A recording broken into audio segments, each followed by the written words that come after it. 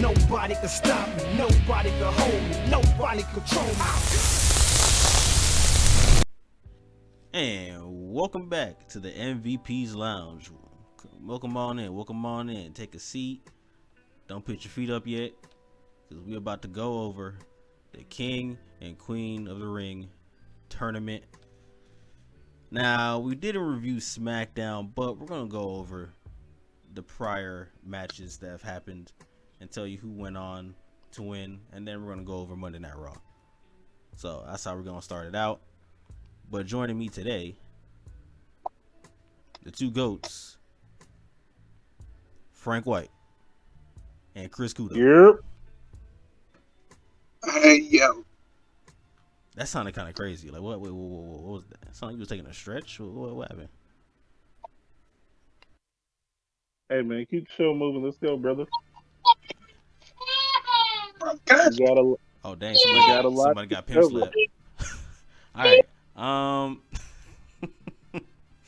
So, for SmackDown, we had Tama Tonga versus Angelo Dawkins, LA Knight versus Santos Escobar, Baron Corbin versus Carmelo Hayes, and in the main event, AJ Styles versus Randy Orton.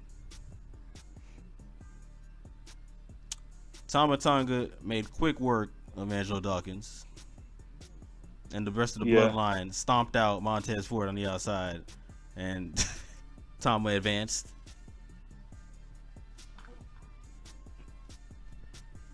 Yeah. It was what needed to happen happened. Tama Tonga finisher kind of nasty, but Hella nasty, bro. But I'm not mad at the result at all. The person who was supposed to win won. Pushes the narrative forward. They, push some people shit in, and they kept it simple. They didn't overcomplicate shit. Facts. LA Knight and Santos Escobar. I'm gonna be honest with you. Santos right now is not feeling like the full-on next up Mexican heel that I thought he was gonna be. You know the problem with the Santos Escobar thing and the Legado del Fantasma shit? They're presented one way outside of the ring, Santos Escobar included, especially actually. They're presented one way outside of the ring. Then once they get into the ring and get into matches, it's just like the exact opposite is shown. They're presented as being like these big deals, people who really, really matter. They give these people a lot of TV time. Like, I don't think people really sit and pay attention to like how much certain act. So when they say people not given a chance, that's false, bro. Like, you got to realize it ain't just about the time that they on TV in matches. Like, a lot of backstage segments get devoted to this group, bro. Every single episode, they're always in matches, damn near every single episode. Especially Santos Escobar, and he's under delivered damn near every single time. Like, he's just flat out not been able to get it done, and it sucks. But because I expected more, I wanted to see more from him, but it's just like he's just not getting it done. That group as a whole is suffering because even though they get on TV a lot, again, they don't really have much charisma. Santos does, but then again, he's constantly losing matches. And then he's like, they'll give him a win every now and again, but it's just like it's almost like the writing's on the wall, and you'll be like, this shit ain't going nowhere. So it's just like they're in limbo with him, and they really don't know what to do.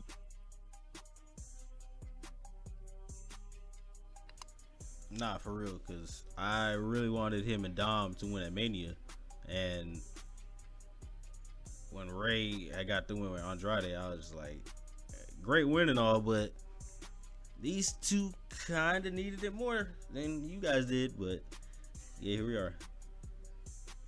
Yeah, I would have preferred them win too. But LA Knight gets the win over Escobar with the BFT and advances in the King of the Ring tournament. Santos is now in Hispanic limbo, so hopefully he can escape that at some point. We got Baron Corbin versus Carmelo Hayes. Now they were booking Corbin as a face in this situation, and which I mean I'm fine with it, but I'm more so used to this dude being like the aggressive heel, that him being happy-go-lucky in the backstage and having Hayes pull up on him and try to throw intimidation tactics. I was like, all right, it's kind of weird. But I kind of expected Hayes to win this match anyway. They're kind of using Corbin here as a what's the word we're looking for? Placeholder, stepping stone. Yeah, stepping stone, more like it. They just trying to get him over. Yeah, so. Trying to get Hayes over, get him a win, move him on in the tournament. If anything, what this made very obvious to me is like if it hadn't been obvious to people before, they have big plans for Carmelo Hayes going forward. As I've told you before, outside of the pod, like I believe that they're positioning Carmelo Hayes to be what we've had conversations about, what I thought they would do with Montez Ford. It's appearing to me as though they're doing that for Carmelo. So yeah, I seeing this matchup, I automatically knew. I was like, yeah, clearly Carmelo winning, and he did. And for the main event of the show, he had AJ Styles versus Randy Orton. Now again, we've seen this match before, and for me personally, I wanted AJ to win this match, but I just had this sneaking suspicion Orton was just gonna win anyway. But I just feel like AJ just, like, my guy's been, ever since he's been back, and ever since he's been shown back up, and he was dieseled as hell, like, my guy just hasn't gotten anything. He ain't won a match yet. He won. The only match he won that I can remember that's memorable is he won the match to get him in the main event of the last PLE that they had. And look where that got him. It's like, again, trash music, and then I don't know, bro. They kind of, in Triple H, kind of gotta tweak some of these things, because I get it, you moving Randy on, but it's just like, bro, AJ got like a whole, well, Randy does too, but you gotta get like AJ like cook a little bit, like like you got another run in them. I feel like for Randy and AJ, like it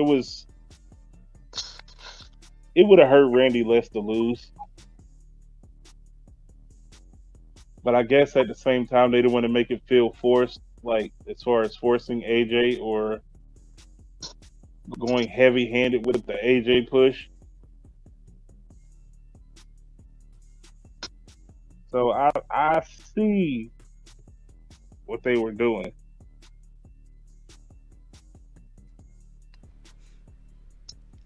With that being said, Randy advances, and our matchups for this Friday will be Randy Orton versus Carmelo Hayes and Tama Tonga versus LA Knight. I'm gonna be honest with you, I got Tama Tonga getting to the finals for Saudi.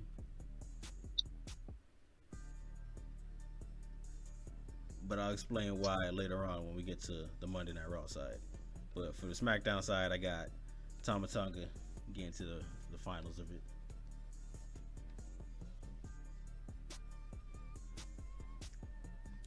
On the women's side for SmackDown, we had Naomi against Nia Jax, Jade versus Piper Niven, Mia Yim versus Tiffany Stratton. Wait, hold on. Mia Yim, but Mia Yim was ain't she in a whole NXT North American Championship tournament, bro? She in like multiple tournaments, bro. She just out here dipping in the pot. She's trying to get a win in somewhere somehow. I ain't mad at it. But it was Mia Yim versus Tiffany and Bianca versus Candice. These matchups just like scream like who's gonna win already. Like by I was like, if you hear that out loud, it's just like, okay, so I know who's winning all of these clearly. Yeah, and whoever you're thinking is gonna win, pretty much won. Nia, Jade, and Tiffany and Bianca, all advanced. Because yeah, it's kind of no brainer. Now it's the next matchup is the crazy part because it's kind of like, are you really about to run Jade versus Bianca already? I feel like that's real early to start the tension or the beef with them. Because Nia versus Jade is already a crazy match already as it is, and then Tiffany versus Bianca, like these are two crazy matches you already get.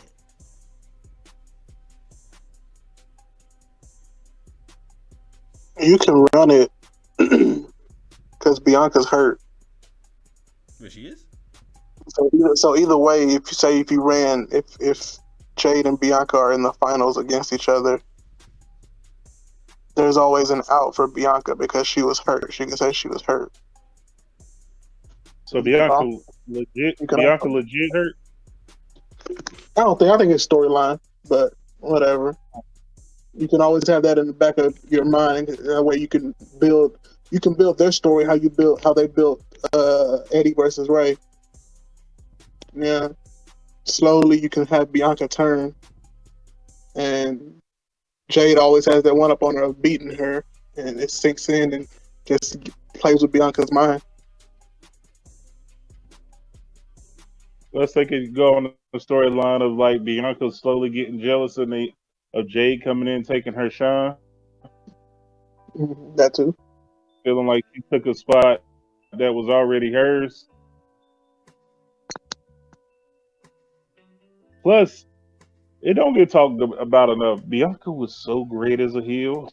Like, yep.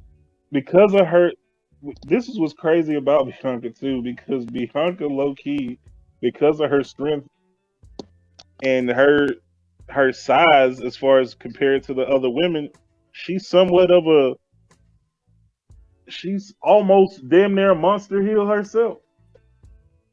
She doesn't operate like a monster heel though, but she can be a very strong heel character. Like Bianca could low key go on a Roman run in the women's division while you bullshit. Mm-hmm. Yep. I already know how I would book that shit too. And it's to play on her whole slogan, the EST. Simple as like Roman was, head of the table, putting food on the table. But Bianca is, I'm the best. You want this? Come take it from me. Show me you are the best. Show me you're better. I think that would be a fire ass storyline for her as a heel champion that's super dominant. Mm-hmm. Her being at the mountaintop for them to climb, yeah. I would tell Jade's story in a way to even make her even more over as a face. Have Jade eventually not only win this tournament, but somehow end up as champion. And then have Bianca beat her for the title as a heel, and then you got Jade trying to work her way back. Like, all right, you kicked all the way back down to the bottom of the barrel. You're gonna have to work your way back up here. You don't just get to come back just because you lost. It don't work that way. Not when I got this belt.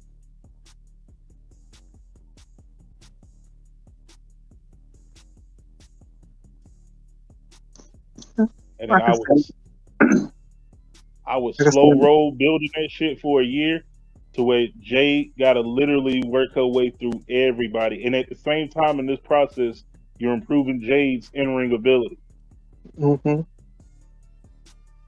That way when she do get a chance to really face, it tells a story in kayfabe and non-kayfabe. Like, I had to really work to get up to your level to be able to perform with.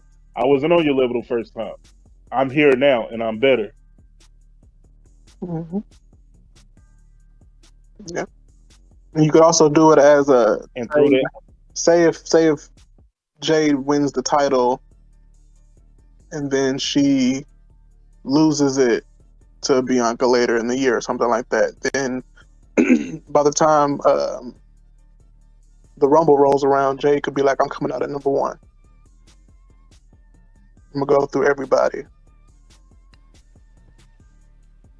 And you can build it up that way too. It's actually nice. Yeah, her coming out at one and going through, and I'm pretty sure in that Rumble you're gonna have mostly former world champions already in there. So her going through everybody will at least show through all those trials that she can get through all these prior champions that Bianca's beaten and people that she's beaten already during that tour of the EST. So like, yeah, you know, which honestly is what Cody should have did. If you're being honest, started at one and actually I don't worked his even want way. her to win. I don't even want her to win the Rumble though, because I want her to. Because how I got this in my mind book. So Jay get the title right, because it ain't necessarily got to be at Mania to get those type of big time rivalries. And some of the biggest rivalries didn't necessarily end at Mania. But I mean, that's a good Mania match. But I'm just saying, they ain't necessarily got to end there as far as going through the whole Rumble or whatever. Like, she could literally just go through. Because how I'm looking at it is also booking the other women strong too. So therefore, she's going through other strong opponents. Also, at the same time, Bianca's dominating, but slowly Jade working her way back up on her way to Bianca. And you can still take y'all idea too, if at all possible, because I was gonna slow burn this shit. I was gonna have her work her way back to Bianca over a year or so. You could do that, but I'm But just you could do, like I said, you could do that, but I'm just thinking of, you want to get that match, like, even if it's like the second or third time that they face, you want to get that at Mania, you know.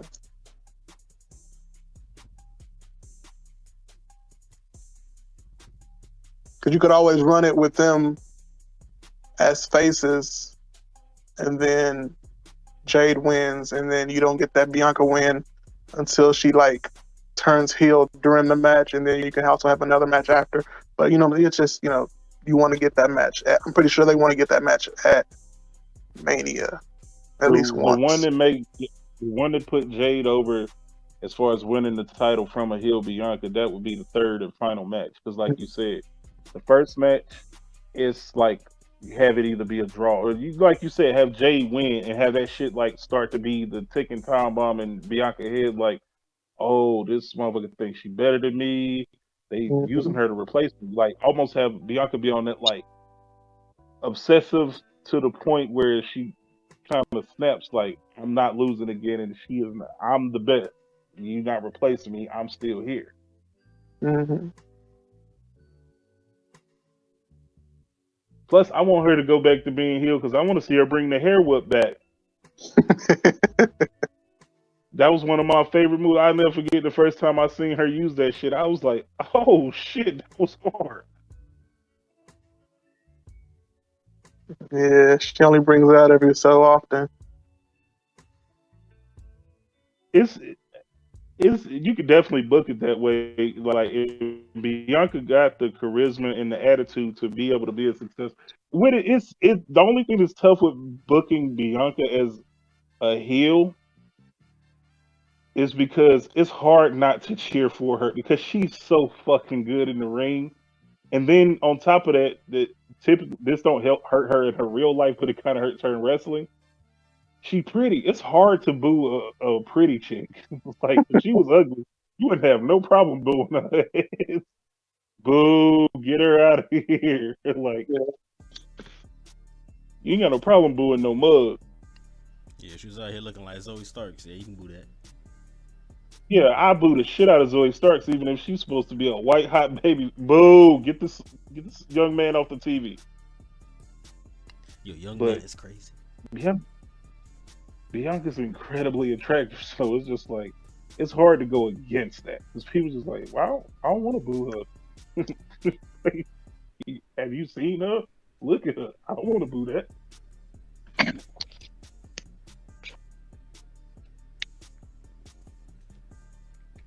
Let's see. Gotcha, gotcha. So, And you know what's crazy to think? now go ahead. Go ahead. I'm sorry. No. Continue. I was just gonna say, basically what I was gonna say is like, you know what's kind of crazy is the same way that you would book Bianca and Jade, like how we would book them that way. You can almost do the same thing with Montez Ford and Angelo Dawkins. Angelo need some like he would need a nice little like singles beginning run. He would need some good singles. I mean, hell, Montez need that too, but I think he would hold up better as a singles competitor than people give him credit for. Montez, he at least like we've been exposed to his personality, his everything, like and all that, and even in singles matches. Like for some reason, Dawkins, we kind of need to like flesh out his gimmick if he was going to go like to on his own. Like we need to like give him some more burn and like show him more, then get to that route. Just he don't necessarily need a gimmick. You just need more of his personality out there to be visible. But I believe he could be somewhat successful. Obviously, he ain't gonna be on the success level of Montez Ford, but he could be believable as a singles wrestler. This sound kind of nasty, but I honestly I feel like believe. Angelo could be Balrog. Yeah, that is nasty. That was crazy. I wouldn't have said that out loud.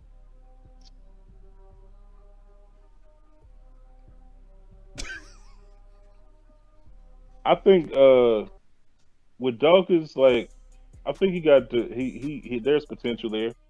Do we need his headbands back? Low key, low key in the ring, he more exciting in the ring than Jimmy Uso. That's for sure. Oh snap! Yeah, I mean, J too. If we being all the way real, yeah. If I you're don't being want to have real, that conversation though. you're not wrong. But I digress. Carry on with the show, brother. On the topic of the women, we can stay on that one. We'll go straight to Monday Night Raw and continue with their semifinals. We had Shayna Baszler versus IYO SKY. We're not gonna say IYO SKY. IYO SKY, and we had Lyra Valkyria versus Zoey Starks. Lyra, I've said it before, and I'll say it again. She's mid, but I concur. since she has this thing going with Becky, she's gonna be pushed. So, yeah, like Zoey Starks is definitely way better than her in the ring, but like it don't even matter because yeah. not saying, not trying to speak on politics, but yeah, nah, Lyra shouldn't have really won this match, but she did. So yeah, she beat Zoey Starks, advances to the finals, and yeah, send Zoey back down to NXT or something. Any opinions on this Lyra and Zoey Stark situation? I may have missed this match,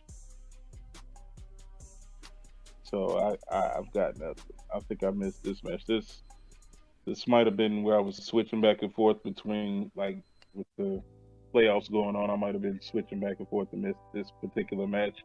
I mean, it ain't nothing for me to really debate you on, sir. Like, I mean, you hit the nail on the head. She's mid, and we know why she's getting pushed. I never watched Lyra in NXT. That's because I don't I don't really tune into NXT because I be at work sometimes. So, but I mean, for what it's worth, she's actually gotten over on the main roster in such a quick time. Just because I guess they put her in that position of number one ally to Becky. So I mean, but like I said, I watched the match. It was from what I saw, it was good. I'm not gonna say it was bad or mid or anything like that because I'm just now getting to know Lyra. So hopefully later on down the road, I can actually watch her matches and get a better perspective of it. So, but it was good from what I saw. I'll leave it at that. I'll say this: if there's one match that she did do really well in, if you go back to NXT Vengeance Day and watch the match that started out as a one-on-one and turned to a triple threat, if you watch her versus Roxanne Perez, you'll enjoy that. But for the most part, she's all right. Like, but Yeah, that match was okay. I remember that match. That was actually a pretty good match.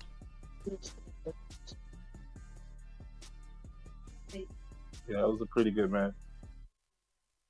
yo, they need to move Lola Vice up to the main roster already, bro. Yeah, I'm ready. Let's see. We got Shayna's Baszler and IYO SKY. Shayna. You better call that girl by her gimmick name.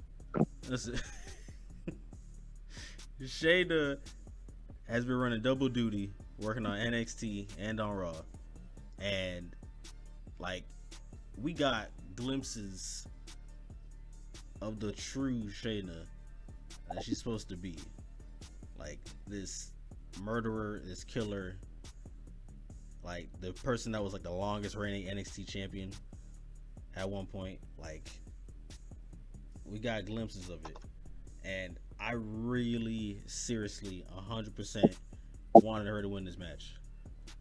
Because IYO don't need this at all. She don't. But Shayna really needed this to finally actually elevate her. The last time she was actually showcased was that Elimination Chamber where she like choked out everybody in it, and that was when she like first like came onto the roster. They're not pushing her. And I don't know why. Yeah, she's not gonna get pushed. Why, I do not know. This match definitely brought back NXT memories of Shayna, which she was freaking glorious in. Like, she was amazing in NXT, and it's just like they gave you bits and pieces and flashes of it every now and again on the main roster, but for the most part, it just never really seemed to have any momentum behind it as far as maintaining her as a top threat. And they're not going to push her, as Kudo just alluded to. So You'd actually have to rehab Shayna if they were going to push her. yeah. Not to mention, IYO's younger. I think it's part of the reason they ain't really pushing Shayna like that either. Shayna over 40. Plus, everybody knows damage control, and so you push the group, you push EO, you push, you know. You push that group because there's still a thing that you still trying to keep over. Mm-hmm. Man, I get that, but like, oh man. I guess we'll have to just get over our glory days of Shayna and Shinsuke and all the above and Finn.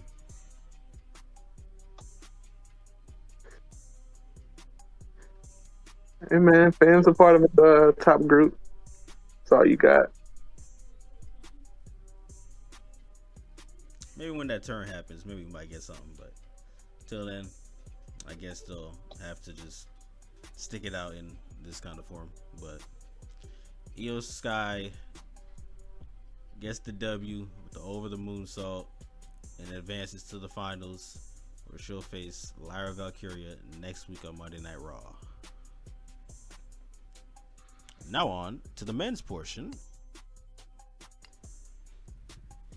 where we had some more bangers and bangers and bangers. Gunther versus Kofi Kingston, and Ilja Dragunov versus Jey Uso. Goon and Kofi put on some heat. Kofi, That was a good match. yeah, bro. Kofi out the gate pulled up for his boy Woods. Pulled up on his man Goon. Was like, nah, bro, you catching this work? Working the leg. He was working this man's leg. Kofi don't even I was work gonna say limbs. that. You know what's crazy? That match low key showed you how, like, for anybody that might have forgot or taken it for granted, how good Kofi can be. Like for those who were super upset because Kofi got to be champion. Shut up. It's professional wrestling. This like get over that and you'll be fine. Like yes, Kofi was champion before. It's also been some other suspect champions here, but that's a whole different episode of the story. Anywho, Kofi looked good here. It's a really good match. Mm-hmm. The right person who was supposed to win won, obviously. Kofi looked good, even in defeat. You know, him working the leg was like it was like refreshing, almost like oh shit. You kind of forget Kofi got this type of stuff in his bag, but it was working. I was rolling. I was with it. Yeah, Kofi hits Goon with the Trouble in Paradise on the outside and almost got a count out victory. But Goon, last half second, gets back in. Kofi tries again for the Trouble in Paradise. Gets caught. Slammed into a powerbomb. Then hemmed up in a Boston Crab and then was forced to tap. Is the Boston Crab his new finish? You know what it is? That motherfucker Goon be playing 2K24. That's definitely what he be doing because this dude got 18 finishers, bro. He be going into creative moveset and looking at all the moves and seeing like, hey, I'm gonna try this in the next couple months. See if I can get that over as a finish. Like he's just Bro, he's the master of a this thousand never- hopes. this dude be doing power bombs, splash off the top, Boston Crab, single leg Boston Crab, I ain't never seen. Emerald Flosion, I ain't never seen. I've never seen bro win with the same move. clothesline. Like if he start winning matches with a drop toe hold, I'm gonna pop, bro. Not with a drop toe. Niggas start winning with the Russian leg sweep. Yo, Yep. I wouldn't even be surprised. I'd be like, you know what? That makes sense. Oh man, yeah, Goon. At this point, it's fine. Let him just be beating niggas up or whatever, and finish them off or whatever. Like that's that. You don't call him the ring general for nothing, bro. Dude, that's just what he do. And after his W, when Ilya's backstage warming up, him and Goon make eye contact, serious eye contact, and we haven't seen these two fight since what? Jesus, like years ago at that takeover. Had all of y'all fooled too. Had all of y'all fooled. I'm about, we finna get Ilya versus Goon right now. Nope. No sir. Y'all thought. Yeah, y'all really thought, because main event Jey Uso Who, was in the city. who the hell they right mind thought that was gonna happen now? The whole world. Everybody on Twitter that got mad when Jay pinned Ilya.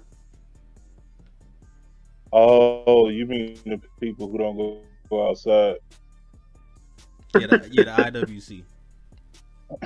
The IWC that turned their back on Jay in one match. The IWC. Sure for I will cry. We know. They I definitely will cried. cry They definitely about did cry. every fucking. What sense do it make Ilya beating Jay? There's no type of sense that makes Because for he has a better, Ilya to beat Jay. he has a better moveset. He's a better wrestler. Okay, what has he done on the main roster? He beat did Shinsuke. great in NXT. being great in NXT is the equivalent of being great at college basketball and then getting drafted, which is what happened to Ilya.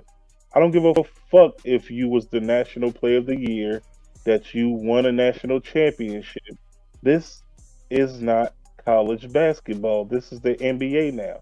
Same thing with NXT. I don't give a damn what his moveset is like. I don't give a damn who he beat on NXT. This is the main roster of WWE. You're a medium sized fish now in a huge ass pond. You're gonna have to do a lot to grow and be able to swim with the big dogs for real. And the IWC is just a bunch of weirdos and nerds who don't understand that, like, they're not doing this to appease to you. Why? Because you're going to watch anyway. It's for the casual fan. Therefore, clearly, as you can see by the reactions this guy's getting, Jay was winning. Like, do people not understand it's not about the moves? They seem to think Do that people 'cause still it's not about that aura. It's about that character. It's about your aura and your character. Like, I don't understand how people still don't understand that. How can you be a fan of WWE and still not understand wrestling in general and not understand that? Yes, this sounds crazy to say, but I'm going to tell you the truth about wrestling. It's not about That wrestling. matters less than having an aura and presence. Wrestling ain't about wrestling. There you go. All of the biggest stars you could ever possibly. It ain't. Wrestling ain't really about wrestling. All of the biggest stars were stars because of they had charisma, they had personality. Nobody gave a fuck what they did in the ring. Now, don't get me wrong, when they got in the ring, they weren't bums, but they didn't have to do 1,000,001 moves. They knew how to tell a story and use ring psychology. Why should Jay win? He didn't even do a Canadian destroyer. Fuck off. He came out and said, Yeet. He said Exactly. Yeet, waved that his Yeet arms shit up and is down. selling merch. Yeah, he's selling merch. He waved his arms up and down. The whole crowd be moving with him. That motherfucker Jey The whole Uso. crowd. I want people in the IWC to understand. Jey Uso is the number one merch seller in the company. Right now. Jey Now. Uso is Uso. over as hell. Not Roman, not Cody, not fucking Orton, not Gunther, not Dragunov. Jey Uso of the Uso Penitentiary. Let them know. That motherfucker is number one seller, and that motherfucker live. He lit. As much as y'all don't want to say it, this nigga, Like we just had a draft, yeah. and he was the number one overall pick for Raw. Mm-hmm. He supposed to go out there and lose to Ilya as the number one draft pick? No, sir. And I loved it too. 'Cause once he lost, Goon came out there, gave him another stare, dead looking with a smirk. Like, hey, bruh, this ain't like years ago, bruh. NXT, bruh. Nah, bruh. There's levels to this now, bruh. There's levels to this. You just not there yet. Trust me, man. You ain't there yet. I've leveled up. Look at me. I lost weight. That's hilarious. You're gonna get Ilya and Walter eventually. Hold your fucking horses. Be patient. I'll just rush and shit, and then when the shit move on past that, and then it's boring or something is stale, then it will be the same people wondering why they're wrestling again. Well, you the ones you wanted the match so bad they gave it to you early or way earlier than they should have. Now you want to bitch and moan and be like, "Well, there's so good matches that can be made." Niggas just want to rush things, bro. Let it build, bro. Let shit build. Rushing shit is that you wouldn't have got Cody moment if you had rushed it.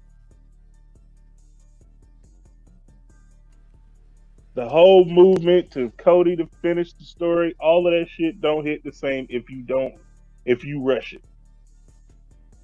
I still blame y'all motherfucking IWC people for that shit. Fuck y'all niggas, man. Wait, hold on. Keep that anger inside. All right, build that up because we got a video for that. All right, because Cody trash. We're gonna get to that in another video, but yeah, we're gonna save that. Save that anger for later.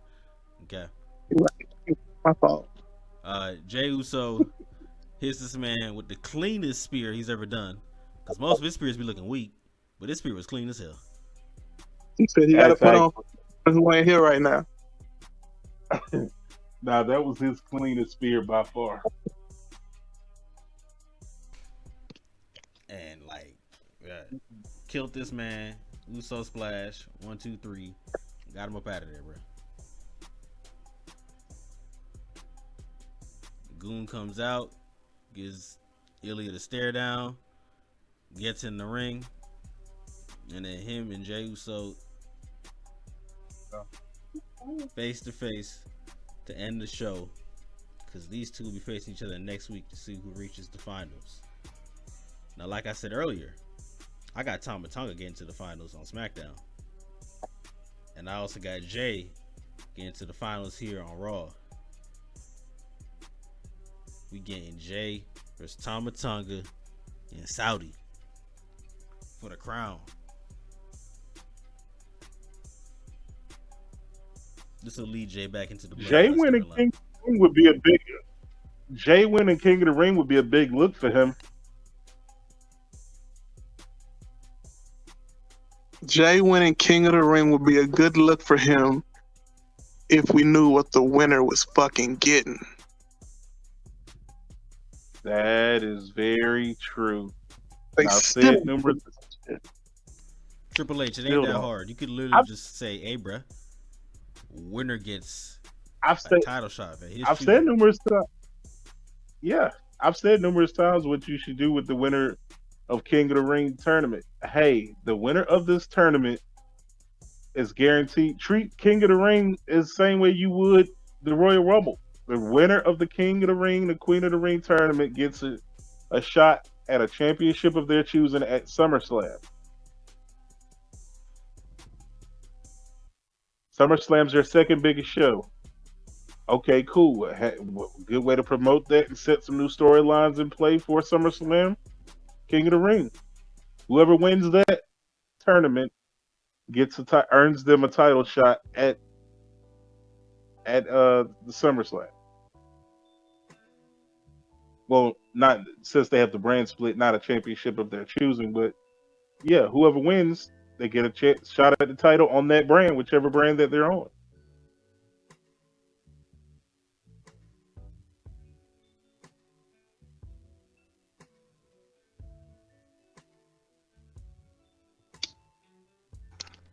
Yeah, I Hunter think he's ain't shaping up Hunter to ain't be. that hard, bro. As much as I want Jay to win, man, I don't think he getting past Goon. Hey man, he was Yeah, gonna do it it would before, be but then he cool to got see cheated. him say. It would be cool for him to be the king of the ring, but it's gonna be Walter winning that shit. What they get like Kudo alluded to, what they do after that, I have no clue. But he definitely gonna win. Because I don't know why. I don't know. Did I see it somewhere? I don't know, but Jay and Jay gonna have to answer for these Fireflies, man. That's why I think he ain't Mm. And Hold winning shit on. right now. Hold on. I said that Get too, into by the that. way. I said that with him claiming the Fireflies and then they doing it during his entrance, there's going to be some answering for that. I said that. I'm glad you said it too. Yeah, I had that same thought process. Let's get into that. Uncle Howdy been teasing for weeks. This is the first time ever commentary ever put it over. They had, niggas finally said something about it. I don't know why they didn't say it before, but they finally mentioned it. And this week's QR code led us to the Fiend psychiatrist. Apparently, she missing.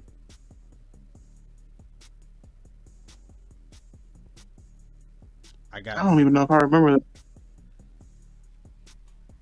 I don't know if I remember that either. Let's see here. What the article say?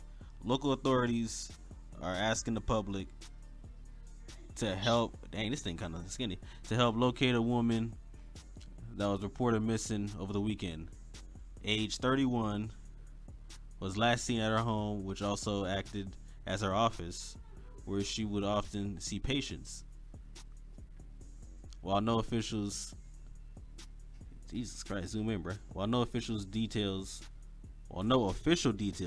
have been released, friends and family describe her as a loving and caring individual with no known enemies. A source close to the situation said there were a series of strange notes discovered at her residence. When asked, authorities said they have no further comment at this time. This is an article by Wendy Lucho, who people believe, if you switch these letters around, spells Uncle Howdy. Yeah, it's an anagram for Uncle Howdy.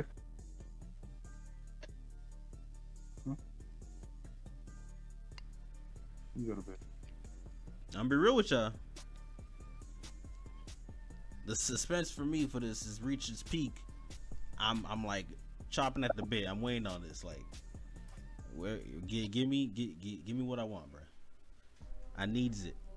I needs it now.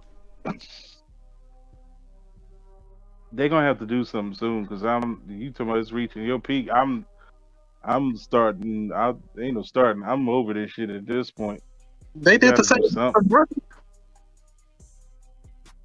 They let the shit drag on for like a month, I think, with Bray. It seemed like this shit seemed like it's going on longer than it did with Bray. Or maybe I just didn't notice back then. You mean when he first had the Nah, QR code stuff? Mm-mm.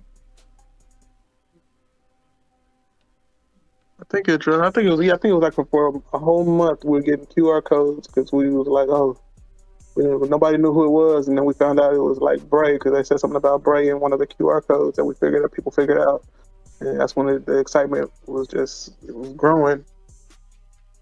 And I think it was something. One of the QR codes was like Extreme Rules. So, like, I don't know if one of them was gonna say fucking King and Queen of the Ring, or they're gonna hold it off until like the Monday after or something. I don't know. I don't know if you want to debut him at King and Queen of the Ring in Saudi or not. I don't know. Yeah, bringing Alka Howdy and Saudi sound kind of crazy. Uncle Howdy and I thought Saudi. they was gonna bring him out. Uncle I thought, Sally. yeah, Uncle Saudi. So if you pull up with the That sounds like turban, a whole different. That sounds like an entirely different type of wrestler right there, Uncle Saudi. The Saudi bag hit different. if you pull up with we getting Arab money with the turban on.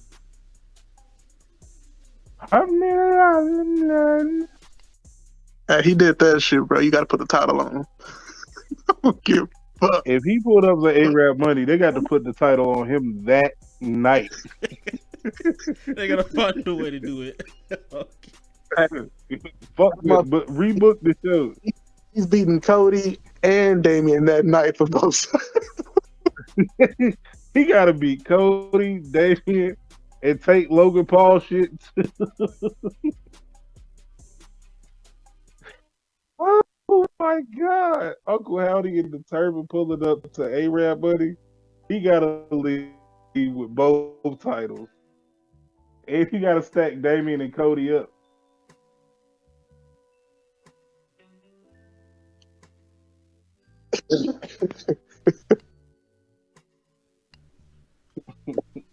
Let's see. King of the Ring You tournament. gotta put the title on him.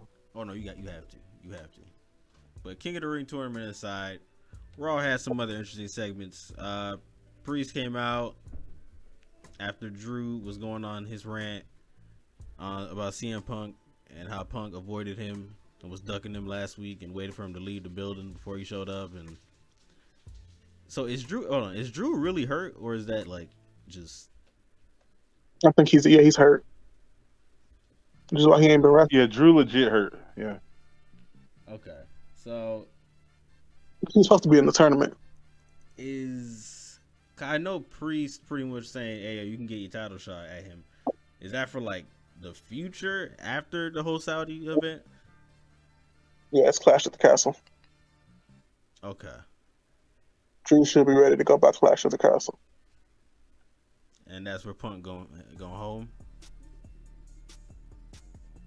I don't know, probably, but you don't know if you want to get Punk booed, but I might get him booed.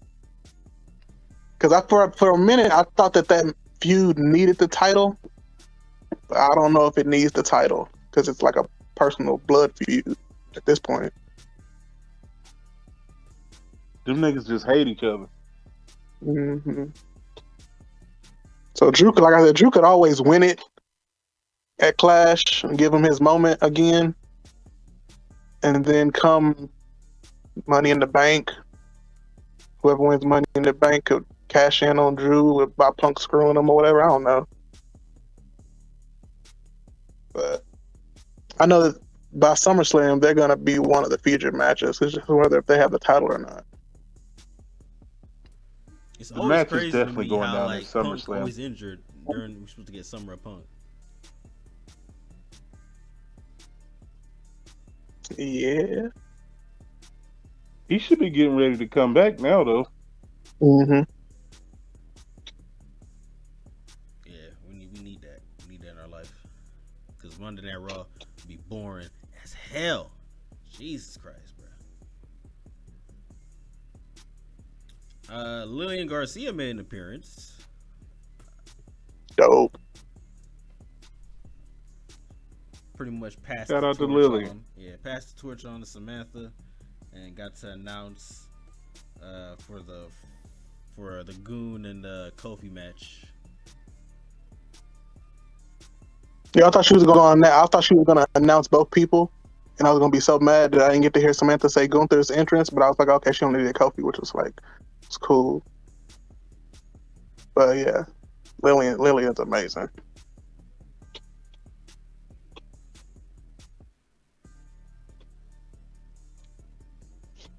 Let's see what else we got. Gable is still hamping up his crew, and he salty, bro. This dude Gable is salty as hell, bro.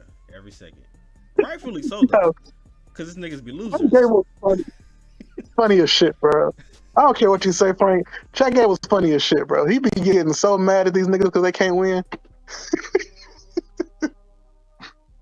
turned up on Maxine, Then and it was like, "Hey, yo, listen." Akira Tozawa just looked scared from the jump. He was like, "Hey, bruh, I need y'all to weaken my two opponents, Bronson and Sammy. I need y'all to weaken them." So at first he had Otis facing Bronson, but he was like, "Nah, instead, Tozawa, you gonna face Bronson." And I was like, "Yo, why you gonna kill this dude like this?" Oh God. He's like, "Nah, Otis, you need to weaken Sammy." And like, honestly, Otis during that match with him and Sammy, like, he was on the verge of possibly winning that match, but Gable was ruining it because Otis was, getting in his bag, ripping off his shirt, getting his dance on. That motherfucker said no dancing, no worm. You heard him. He did, but that's his part of his moveset, bro. That's like telling Sky Too Hotty, "Hey, bro, you can't hit the worm," but hey, bro, that's my part of my moveset, man. Nah, man. Go and find a new move. Go and find a new move every day, B. Find a new move. That's crazy. Gunther found a bro. Walter be pulling out that I've never seen him win a match with the same move. I want to see bro win with a double axe handle from the top rope.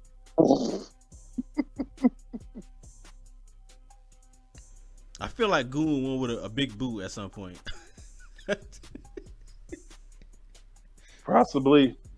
Very strong possibility.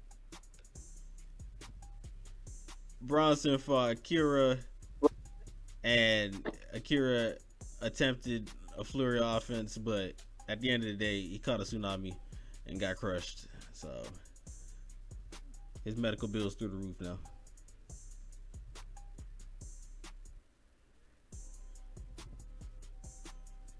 Yeah, that was easy to call, easy to predict.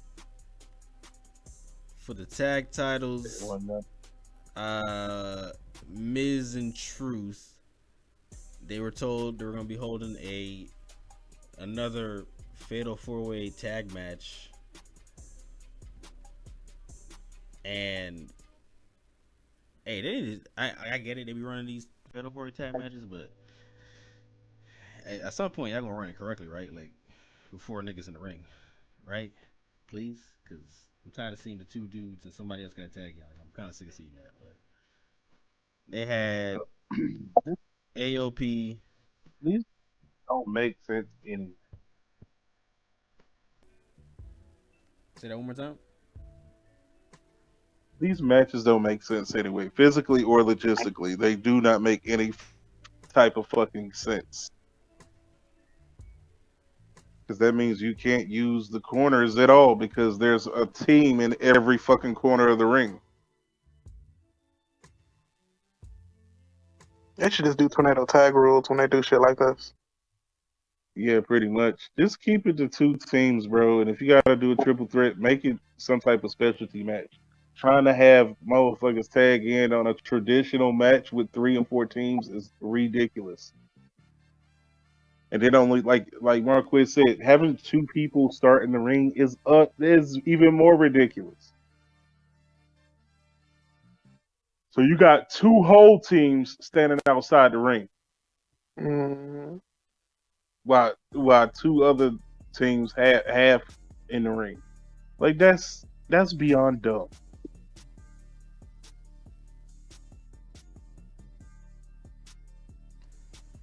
Yeah, it was disgusting. But the people in this match, we had AOP, and we had New Catch Republic, and we also had Judgment Day, Finn and what's the nigga name? JD McNuggets. Finn and Big Head. Yeah, Finn and Bobblehead, and I feel like there was a 4th team that I can't remember. Was it Los? Was it Los? Who the hell was it? Creed, bro. Oh, the Creeds?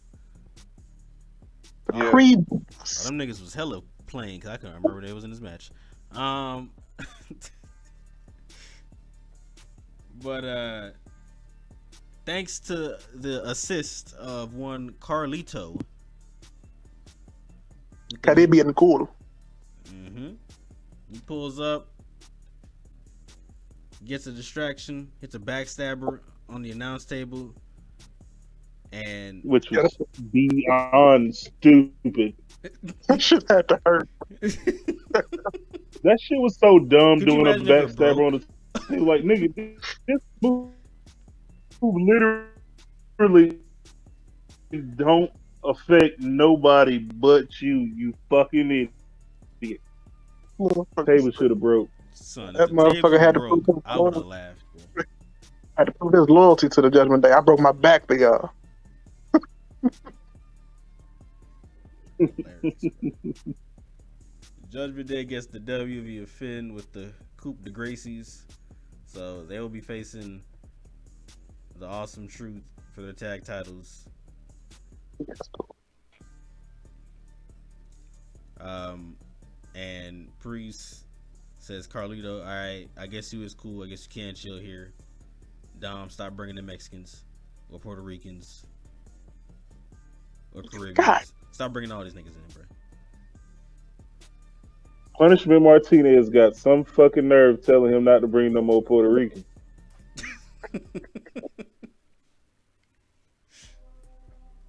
He got some fucking nerve. But besides that, that was Monday Night Raw, and technically a little bit of SmackDown, but that was the review. We got Saudi in a little less Next week? Yeah, pretty much next week, Saturday. So is SmackDown gonna be pre-taped, or I guess They'll probably tape it. I'm assuming. They'll probably tape it this coming week, maybe. Yeah, I'll probably tape it this coming week, and then have Monday Night Raw wherever, and then niggas leave like the next day or something. Cool, I'm with it. Sounds about right. What time does that show start? Is that another early morning show? Probably gonna start at 12. Those typically start in the middle of the day. God dang it! Yeah, probably gonna start 12 to 3, 3:30, 4 o'clock. Yeah. Day off. Hey, I'm gonna be at work. I'm gonna be at work watching that shit. It's on a Saturday, right? Mm-hmm. Oh, I'm off anyway. I'm good. Gonna need to get that day off right quick. But yeah, we'll catch y'all for the next video, which will probably be either the NXT review or the Cody vid. I ain't watching NXT, so It's alright, we'll catch Kudo up. But be sure to like, comment, subscribe. We're on the road to 500 subscribers. Share. Oh yeah, share it to your peoples, man. Share it to everybody. Share it to Jim Cornette. Share it to Dave Meltzer. Share it to what's that nigga name with the Cody fetish? Dave LaGreca. Yeah, The dude with the Cody fetish is crazy. yeah. Dave, and then share it to Jason Solomon. Share it to all them niggas. Share it to them.